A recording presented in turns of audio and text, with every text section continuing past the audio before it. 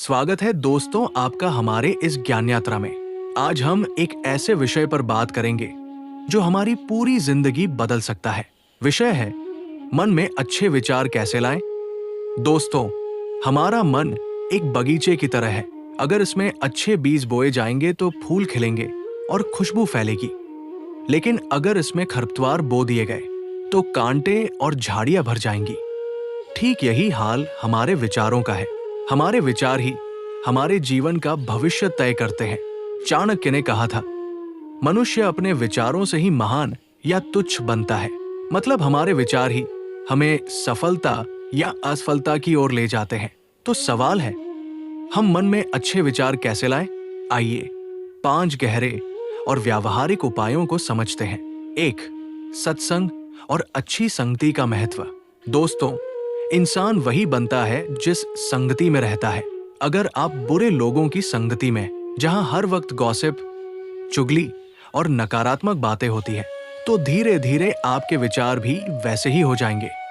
लेकिन अगर आप अच्छे लोगों, विद्वानों, सकारात्मक सोच रखने वालों की संगति में रहेंगे, तो आपके मन में भी वही अच्छे विचार आएंगे। यही कारण है कि संत महात्मा हमेशा सत्संग की बात करते थे। सत्संग का मतलब है अच्छे विचारों से जुड़ना, अच्छे लोगों से मिलना और उनसे प्रेरणा लेना। कहावत याद रखिए, संगत का असर इंसान के चरित्र पर वैसा ही पड़ता है जैसा मिट्टी का असर बर्तन की खुशबू पर। 2. अच्छी किताबें पढ़ने की आदत डालें। दोस्तों, किताबें सबसे अच्छे दोस्त होती है। किताबें वो आईना है जिसमें इंसान अपने मन का असली चेहरा देख सकता है। अगर आप रोज सिर्फ 15 मिनट भी भगवद गीता, रामायण, महाभारत, चाणक्य नीति या महान व्यक्तियों की जीवनी पढ़ेंगे, तो आपके मन में सकारात्मक और प्रेरणादायक विचार खुद ब खुद आने लगेंगे।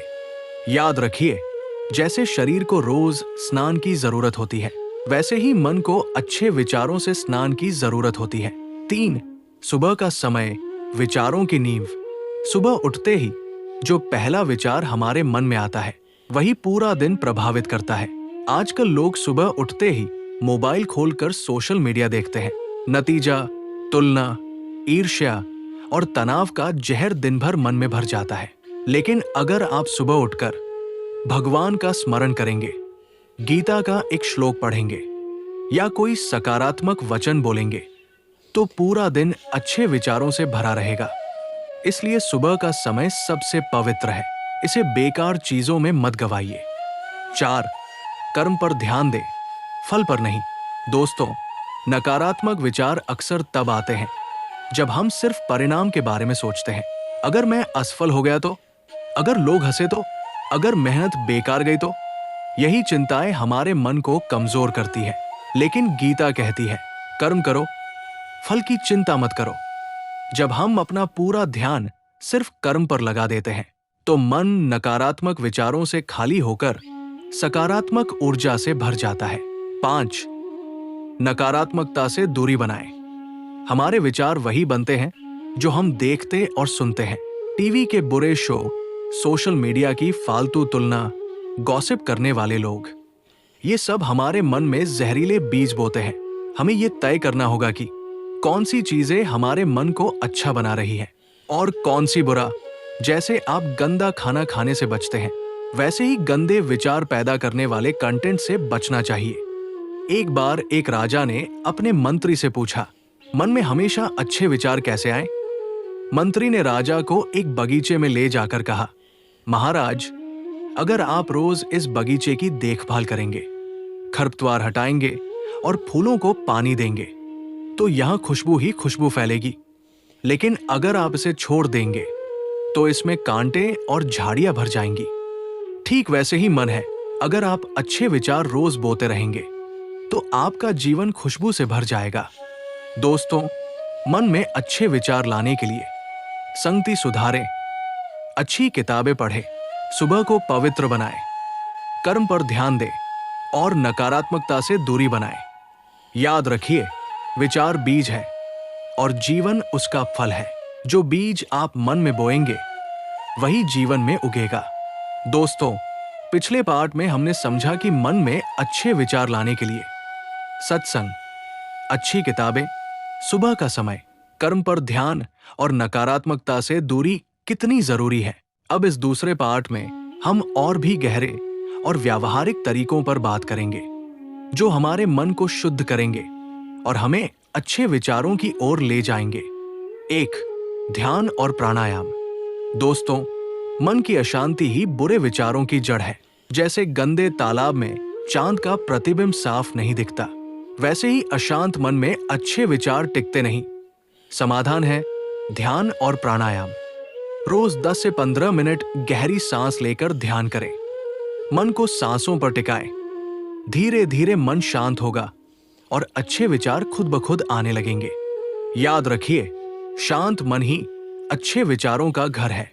2. आत्मचिंतन, सेल्फ रिफ्लेक्शन।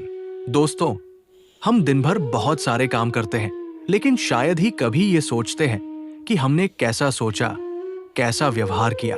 रोज रात को सोने से पहले 5 मिनट आत्मचिंतन करें। आज मैंने कौन सा अच्छा काम किया? क्या मेरे विचार सही दिशा में थे? क्या मैं किसी के साथ गलत सोच रहा था? ये अभ्यास धीरे धीरे मन की गंदगी को साफ कर देता है और हमें बेहतर इंसान बनाता है। 3. सेवा और करुणा का भाव। चाणक्य ने कहा था, जो दूसरों के कल्याण में लगा रहता है उसके मन में कभी बुरे विचार नहीं आते। जब हम किसी की मदद करते हैं, किसी गरीब को खाना खिलाते हैं, किसी जरूरतमंद को सहारा देते हैं, तो हमारे मन में करुणा और दया के भाव आते हैं। यही भाव हमारे भीतर नकारात्मक विचारों की जगह अच्छे विचारों को जन्म देते हैं। उदाहरण, कल्पना कीजिए कि आपने किसी भूखे को रोटी खिलाई। उसके चेहरे की मुस्कान आपके मन में ऐसी सकारात्मक ऊर्जा पैदा करेगी जो 1000 किताबें पढ़कर भी नहीं मिल सकती। 4. कृतज्ञता, ग्रैटिट्यूड की आदत डालें। दोस्तों, नकारात्मक विचार तब आते हैं जब हम हर समय शिकायत करते रहते हैं। मेरे पास ये नहीं है, मुझे वो क्यों नहीं मिला, सबके पास सब कुछ है, मेरे पास क्यों नहीं। लेकिन अगर हम रोज सुबह ये सोचे कि भगवान ने हमें आंखें दी है देखने के लिए, पैर दिए हैं चलने के लिए, परिवार दिया है सहारा देने के लिए, तो हम कितने भाग्यशाली हैं, तो मन अपने आप सकारात्मक हो जाएगा। सुबह उठकर 5 बातें लिखिए जिनके लिए आप आभारी हैं। ये साधारण सी आदत जीवन की सोच बदल देगी। 5. भविष्य की चिंता छोड़े। दोस्तों, बुरे विचारों का सबसे बड़ा कारण है भविष्य की चिंता। कल क्या होगा? अगर असफल हो गया तो? अगर सब कुछ बिगड़ गया तो? लेकिन गीता कहती है, जो हो गया अच्छा हुआ, जो हो रहा है अच्छा हो रहा है, जो होगा वह भी अच्छा ही होगा। जब हम इस विश्वास को अपने दिल में उतार लेते हैं तो मन शांत हो जाता है और अच्छे विचारों की धारा बहने लगती है। एक गुरु ने अपने शिष्य को पानी से भरा गिलास दिया और कहा, इसे 1 घंटे हाथ में पकड़ कर रखो। शिष्य ने थोड़ी देर बाद कहा, गुरुजी, हाथ दर्द करने लगा। गुरु बोले, यही मन की चिंता है, जितनी देर इसे पकड़े रहोगे उतना ही दर्द बढ़ेगा, लेकिन जैसे ही इसे नीचे रखोगे हल्का महसूस करोगे। अच्छे विचार लाने के लिए चिंता छोड़ना जरूरी है। दोस्तों, मन में अच्छे विचार लाने के लिए हमें ध्यान और प्राणायाम करना होगा, आत्मचिंतन की आदत डालनी होगी, सेवा और करुणा का भाव जगाना होगा, कृतज्ञता अपनानी होगी और भविष्य की चिंता छोड़नी होगी। याद रखिए, जिसका मन पवित्र होता है उसका जीवन भी पवित्र हो जाता है। अच्छे विचार सिर्फ हमें नहीं बदलते, बल्कि हमारे आसपास का माहौल भी बदल देते हैं। दोस्तों, जिंदगी वही होती है जैसी हमारी सोच होती है। अगर सोच गंदी है तो जिंदगी गंदगी से भर जाएगी।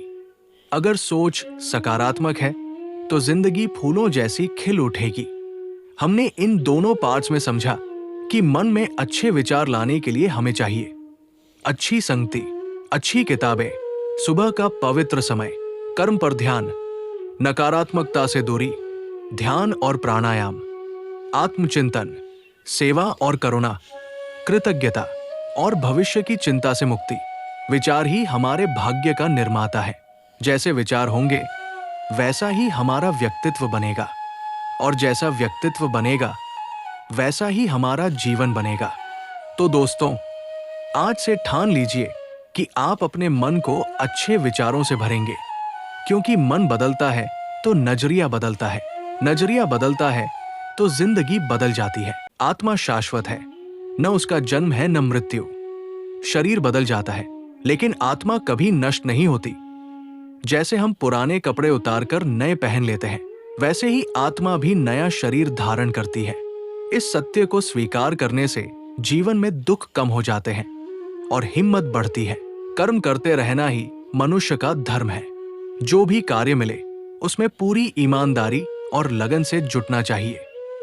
परिणाम की चिंता किए बिना अगर हम कर्म करेंगे तो जीवन में शांति और संतुलन दोनों बने रहेंगे। मेहनत का फल अवश्य मिलेगा, लेकिन कब और कैसे मिलेगा ये तय करना हमारे हाथ में नहीं है। मनुष्य वही बनता है जैसा वो विश्वास करता है। अगर किसी को विश्वास है कि वो सफल होगा तो उसकी ऊर्जा उसी दिशा में लगने लगती है। सकारात्मक विश्वास मन को शक्ति देता है और नकारात्मक सोच इंसान को अंदर से कमजोर बना देती है। जैसे अर्जुन ने जब अपने सामर्थ्य पर विश्वास किया तभी वो युद्ध जीत सका। इंद्रियों पर नियंत्रण ही सच्चा बल है। जो मनुष्य अपनी इच्छाओं, गुस्से और लालच पर नियंत्रण कर लेता है वही महान कहलाता है। जैसे घोड़े की लगाम संभालना जरूरी है, वैसे ही इंद्रियों की लगाम हमें संभालनी चाहिए। आत्म संयम से ही मनुष्य जीवन में स्थिरता और शांति पा सकता है। क्रोध हमेशा विनाश की जड़ है। एक क्षण का क्रोध रिश्तों को तोड़ देता है, बुद्धि को नष्ट कर देता है और जीवन को अंधकार में धकेल देता है। जो मनुष्य अपने गुस्से पर नियंत्रण रखता है वही सच्चा ज्ञानी होता है। क्रोध को संयम में बदलने वाला व्यक्ति जीवन में कभी असफल नहीं होता। सुख दुख, लाभ हानि, जीत हार, ये सब जीवन का हिस्सा है। जो इंसान इन परिस्थितियों को समान भाव से स्वीकार कर लेता है वही जीवन में संतुलित रह सकता है। समुद्र की गहराई की तरह अगर मनुष्य स्थिर रहेगा तो बाहरी लहरें उसे हिला नहीं सकती। जीवन का असली आनंद निस्वार्थ सेवा में है। जो भी काम हम करते हैं अगर उसे समर्पण और त्याग के भाव से करें तो उसका फल अपने आप महान हो जाता है।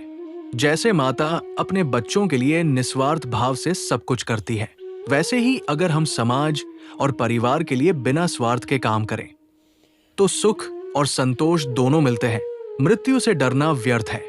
मृत्यु निश्चित है और ये केवल नए जीवन का द्वार है। अगर हम मृत्यु के भय में जीते रहेंगे तो सच्चा योग वही है जिसमें मनुष्य आसक्ति और मोह से मुक्त होकर कर्म करता है।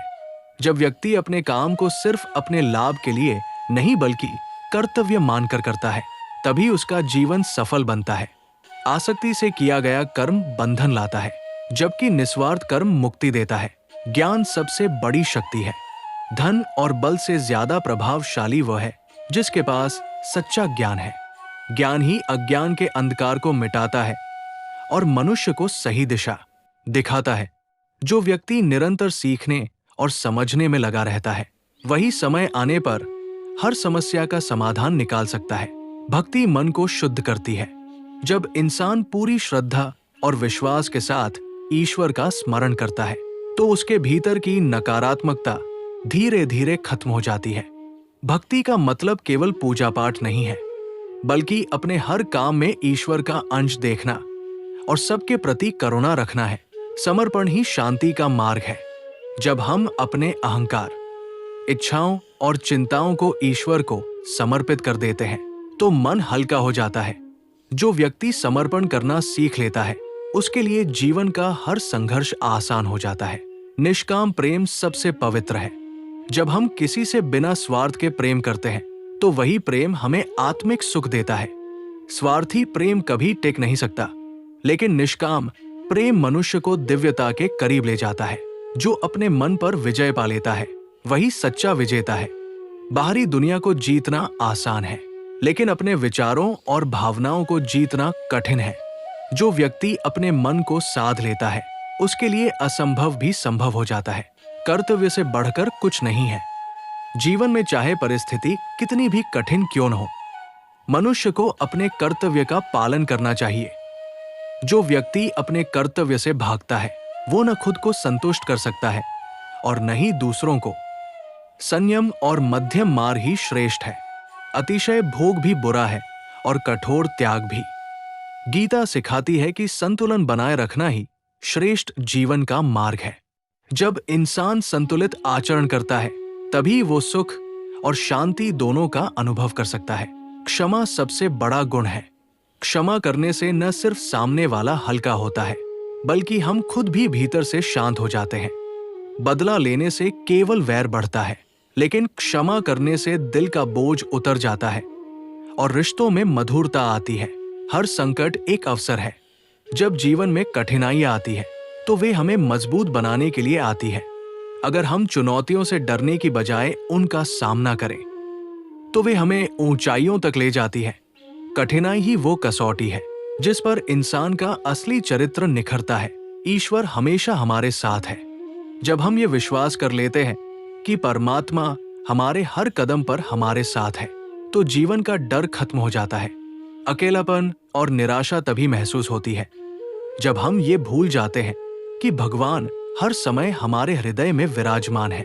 कभी जीवन का आनंद ही नहीं ले पाएंगे। साहस से जीना ही सच्ची साधना है, क्योंकि मृत्यु अंत नहीं बल्कि एक नई शुरुआत है। लोभ इंसान को सबसे ज्यादा बांधता है। जितना ज्यादा लोभ होगा उतना ही ज्यादा दुख मिलेगा। लोभ के कारण रिश्ते टूटते हैं, समाज में कलह होती है और इंसान अपनी असली शांति खो देता है। संतोष ही सबसे बड़ा धन है। योग और ध्यान जीवन को संतुलन देते हैं। ध्यान से मन स्थिर होता है और योग से शरीर स्वस्थ रहता है। जब मन शांत हो जाता है तभी सच्चा ज्ञान प्राप्त होता है। जैसे अशांत झील में चांद का प्रतिबिंब साफ नहीं दिखता, वैसे ही अशांत मन में सत्य स्पष्ट नहीं दिखता। धैर्य सबसे बड़ी ताकत है। जो इंसान मुश्किल समय में धैर्य रखता है वही जीतता है। अधीरता से लिए गए फैसले अक्सर गलत साबित होते हैं, लेकिन धैर्य हमें सही अवसर तक पहुंचाता है। सत्संग का महत्व अनमोल है। जब हम अच्छे विचारों वाले लोगों की संगति करते हैं तो हमारे विचार भी शुद्ध हो जाते हैं। संगति मनुष्य के व्यक्तित्व को गढ़ती है, इसलिए हमें सदैव अच्छे लोगों और अच्छे ग्रंथों का साथ लेना चाहिए। समय सबसे बड़ा शिक्षक है। गीता सिखाती है कि समय बदलता है और हमें उसके साथ बदलना चाहिए। जो समय का सम्मान करता है वही आगे बढ़ता है। समय का अपमान करने वाला व्यक्ति जीवन भर पछतावा ही पाता है। आत्मज्ञान ही मुक्ति का मार्ग है। जब इंसान अपने असली स्वरूप को पहचान लेता है कि वो सिर्फ शरीर नहीं बल्कि शाश्वत आत्मा है, तब सारे बंधन टूट जाते हैं। आत्मज्ञान पाने वाला व्यक्ति किसी भी स्थिति में विचलित नहीं होता। सच्चा वैराग्य भीतर से आता है। इसका मतलब दुनिया छोड़ देना नहीं है बल्कि आसक्ति को त्यागना है। जब इंसान अपने काम और रिश्तों में जुड़ा रहता है लेकिन उनमें उलझता नहीं है, तभी वो सच्चा वैराग्य प्राप्त करता है। कर्म ही पूजा है। जब हम अपने काम को पवित्र मानकर पूरी लगन से करते हैं तो वही ईश्वर की उपासना बन जाता है। पूजा केवल मंदिर में दीप जलाने से नहीं बल्कि अपने कर्तव्य को निष्ठा से निभाने से होती है। सच्चा मित्र वही है जो हर स्थिति में साथ दे। गीता बताती है कि जब बाकी सब छोड़ देते हैं तब ईश्वर और सच्चा मित्र ही साथ खड़े रहते हैं। ऐसे रिश्ते को पहचानना और संजोना सबसे बड़ा धन है। विनम्रता सबसे बड़ी सजावट है। अहंकार से इंसान गिरता है जबकि विनम्रता से वह और ऊंचा उठता है।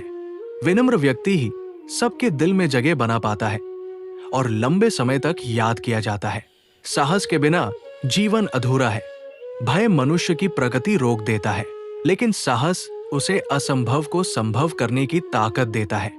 जिसने अपने डर पर विजय पाली उसने जीवन की सबसे बड़ी बाधा हटा दी।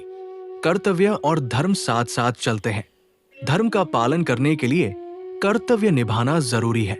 जब हम न्याय और सत्य के लिए खड़े होते हैं तभी समाज और परिवार सही दिशा में चलता है। जीवन का उद्देश्य आत्मोन्नति है। केवल भौतिक सुख ही जीवन का लक्ष्य नहीं होना चाहिए। आत्मा की प्रगति और ईश्वर की ओर बढ़ना ही इंसान के जन्म का असली कारण है। जिसने ये समझ लिया उसने जीवन का सार पा लिया। दोस्तों, अगर जिंदगी को एक पेड़ माने तो उसके पत्ते हैं इच्छाएं, शाखाएं हैं रिश्ते, जड़ें हैं विश्वास। और तना है कर्तव्य। कर्तव्य के बिना जिंदगी का कोई आधार नहीं। भगवद गीता का सबसे बड़ा संदेश भी यही है, कर्म करो, फल की चिंता मत करो। ये वाक्य केवल एक उपदेश नहीं, बल्कि जीवन जीने का मार्ग है। कर्तव्य क्या है? कर्तव्य का सरल अर्थ है, जो करना जरूरी है वही कर्तव्य है। विद्यार्थी का कर्तव्य है पढ़ाई करना, माता पिता का कर्तव्य है बच्चों का पालन पोषण करना, नागरिक का कर्तव्य है देश के नियमों का पालन करना, और इंसान का सबसे बड़ा कर्तव्य है मानवता। गीता कहती है, स्वधर्मे निधन श्रेय परधर्मो भयावह, यानी अपने कर्तव्य को निभाते हुए मरना भी बेहतर है, बजाय किसी और का कर्तव्य उठाकर जीने के। अर्जुन का उदाहरण, महाभारत युद्ध के समय अर्जुन अपने ही रिश्तेदारों को देखकर विचलित हो गए थे। उन्होंने श्री कृष्ण से कहा, मैं ये युद्ध नहीं करूंगा क्योंकि इसमें अपने ही लोग मारे जाएंगे। तब श्री कृष्ण ने समझाया, अर्जुन का व्यक्तिगत दृष्टिकोण सही लग सकता है, लेकिन उनका कर्तव्य योद्धा के रूप में युद्ध करना ही था। अगर वे भाग जाते तो अधर्म जीत जाता और धर्म हार जाता। यानी गीता ये सिखाती है, कर्तव्य भावनाओं से ऊपर है, कर्म ही पूजा है।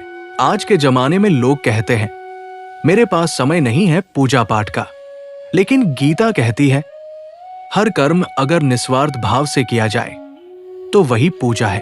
अगर डॉक्टर मरीज को ईमानदारी से देखे तो वही पूजा है।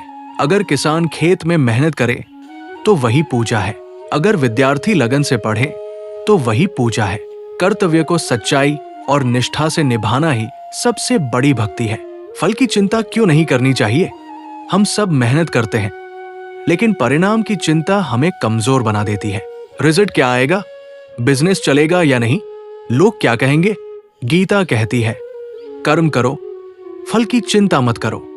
इसका अर्थ ये नहीं कि परिणाम मायने नहीं रखते, बल्कि इसका अर्थ है परिणाम पर ध्यान इतना मत दो कि कर्म ही अधूरा रह जाए। मेहनत पूरी लगाओ, परिणाम को स्वीकार करो। यही जीवन का संतुलन है। कर्तव्य और सफलता। सफलता हमेशा उन लोगों को मिलती है जो अपने कर्तव्य को निभाते हैं। एपीजे अब्दुल कलाम ने अपना कर्तव्य निभाया, इसलिए मिसाइल मैन बने। भगत सिंह ने अपना कर्तव्य निभाया, इसलिए शहीद कहलाए। महात्मा गांधी ने अपना कर्तव्य निभाया, इसलिए राष्ट्रपिता बने। यानी कर्तव्य किसी भी इंसान को साधारण से असाधारण बना देता है। निस्वार्थ कर्म। गीता का एक और अद्भुत संदेश है, निष्काम कर्म योग, यानी ऐसा कर्म जिसमें केवल कर्तव्य निभाना ही उद्देश्य हो, लाभानी की परवाह न हो। माता अपने बच्चे का पालन करती है, ये निष्काम कर्म है। गुरु शिष्य को ज्ञान देता है, ये निष्काम कर्म है। सैनिक देश की रक्षा करता है, ये निष्काम कर्म है। इसी निस्वार्थ भाव से कर्म करने वाला ही सच्चा कर्मयोगी कहलाता है। कर्तव्य और धर्म। दोस्तों, ध्यान देने वाली बात है कि हर कर्तव्य धर्म से जुड़ा होना चाहिए। कर्तव्य का मतलब ये नहीं कि कोई भी काम किया जाए, बल्कि कर्तव्य वही है जो सत्य और न्याय के मार्ग पर हो। अगर कर्तव्य अधर्म को बढ़ावा देता है तो वो कर्तव्य नहीं, पाप है। भ्रष्टाचार करना किसी नौकरी का कर्तव्य नहीं, झूठ बोलना किसी रिश्ते का कर्तव्य नहीं, और दूसरों को नुकसान पहुंचाना किसी भी इंसान का कर्तव्य नहीं। कर्म का चक्र। गीता बताती है कि हर कर्म का परिणाम जरूर मिलता है। अच्छा कर्म अच्छा फल, बुरा कर्म बुरा फल। भले ही देर लगे, लेकिन न्याय अवश्य होता है। इसलिए इंसान को हमेशा धर्म और कर्तव्य के अनुसार कर्म करना चाहिए। तो दोस्तों, तीसरे पार्ट से हमने सीखा, कर्तव्य इंसान की पहचान है। भावनाएं बड़ी हो सकती है, लेकिन कर्तव्य सबसे बड़ा है। निस्वार्थ कर्म ही सच्ची पूजा है। फल की चिंता छोड़कर कर्म में ध्यान लगाना ही गीता का असली संदेश है। और याद रखिए, हर कर्म का फल जरूर मिलता है। यानी कर्तव्य ही जीवन की रीढ़ है। जो इंसान अपना कर्तव्य निभाता है वो कभी हारता नहीं, बल्कि इतिहास बनाता है। जिंदगी का सबसे कठिन इम्तिहान तब होता है जब सब कुछ हमारे खिलाफ होता है। सपने अधूरे लगते हैं, मेहनत का फल नहीं मिलता, लोग साथ छोड़ देते हैं और हालात हमें तोड़ने लगते हैं। ऐसे समय में इंसान के पास केवल 2 हथियार बचते हैं, धैर्य और विश्वास। भगवद गीता कहती है, क्षिप्र भवति धर्मात्मा शश्वत शांति निगच्छति, यानी जो धैर्य रखता है और विश्वास बनाए रखता है वो अंत में शांति और सफलता को प्राप्त करता है। धैर्य क्यों जरूरी है? धैर्य मतलब समय का इंतजार करना और कठिनाइयों में स्थिर बने रहना। सोचिए, अगर किसान बीज बोकर अगले दिन ही फसल चाहता तो क्या होता? अगर बच्चा जन्म लेने के लिए 9 महीने का इंतजार न करता तो क्या होता? अगर सूरज तुरंत डूबते ही निकल जाता तो दिन रात का संतुलन बिगड़ जाता। यानी प्रकृति हमें रोज सिखाती है कि हर चीज का सही समय होता है। धैर्य ही इंसान को समय के इंतजार की ताकत देता है। मुश्किल हालात में धैर्य। कठिनाइयां हमेशा आएंगी, कभी पैसों की, कभी रिश्तों की, कभी सेहत की, लेकिन मुश्किल हालात में वही इंसान सफल होता है जो धैर्य से काम लेता है। गीता कहती है, सुख दुख समान कृत्वा लाभा लाभो जया जया, यानी सुख दुख, जीत हार और लाभानी सबको समान भाव से स्वीकार करो। अगर दुख आया है तो धैर्य रखो, क्योंकि वो स्थायी नहीं है। अगर असफलता मिली है तो धैर्य रखो, क्योंकि सफलता भी दूर नहीं। विश्वास आस्था की ताकत।